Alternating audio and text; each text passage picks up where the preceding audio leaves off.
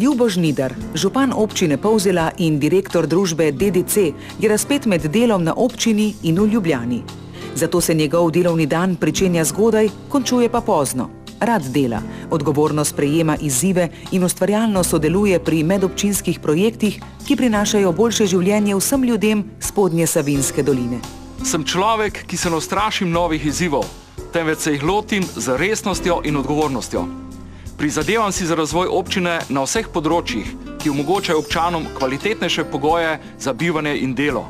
Vesel sem, ko pogledam, kaj vse smo dosegli skupaj v 10 letih samostojnosti naše občine.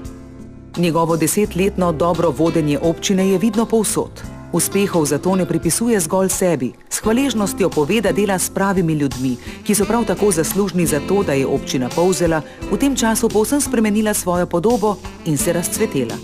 Vesel je šole v Andražu, pa novih športno-rekreacijskih centrov, saj je tudi sam športnik, ki skrbi za kondicijo in zdravje. Savinjska dolina je dolina priložnosti. Veliko skupnih projektov smo spravili v življenje, veliko jih še čaka. Vendar verjamem, da razmišljamo pravilno ter smo na pravi poti razvoja. Prepričan sem, da bomo znali to pravo pot izbrati tudi v bodoče. Slovenska demokratska stranka. Slovenija na pravi poti.